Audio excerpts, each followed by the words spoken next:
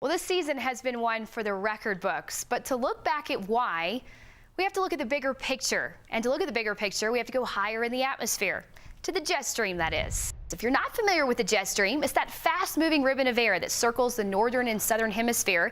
Some meteorologists also call it the river of weather. It controls our temperatures, our storms, everything. But what influences the jet stream, oddly enough, are the sea surface temperatures just to the west of the U.S. in the Pacific Ocean. It's a process we call El Niño Southern Oscillation. There are three patterns that we focus on: the neutral, the El Niño, and the La Niña. But to keep it simple, this year has been one of La Niña for 2017-2018. Here's how it works. La Niña occurs when strong easterly trade winds begin blowing warm water back into the western Pacific. As this process occurs, it results in the upwelling of cool water in the eastern Pacific. As these unusually cool sea surface temperatures emerge in the tropical Pacific, it slowly displaces the jet stream farther northward. So what does this mean for the U.S.? In a typical La Niña year, it means drier and warmer than average conditions for the southern tier of the country, with colder and wetter than average conditions for the north. However, this year has been more unusual.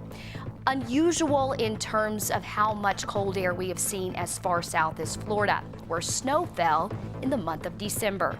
Yes, the increasing drought-stricken conditions we have seen so far this winter are consistent with average La Niña in the southwest. For example, the Sierra Nevada mountains began the month of February only averaging 7% of its normal snowpack. We've tripled our snow water content compared to last month for this location this time of year. But of course, it's not nearly where we'd like to be. The wetter than average conditions we have seen across the north is also another sign of La Niña.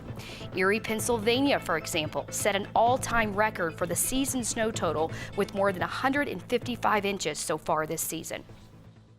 So now that you know a little bit more about La Niña and its characteristics, you completely understand that the Southwest has really been the area we've been struggling, along with the Mid-South, in terms of drought-stricken conditions. So what does this mean as we move forward? Well, by spring, it's forecasted we're going to go into more of a neutral pattern, and that would yield more of this flow out of the south and west, and hopefully recovering some of our drought conditions across the Sierra Nevadas and even across the western Texas panhandle. For WeatherNation, I'm meteorologist Mary Matthews.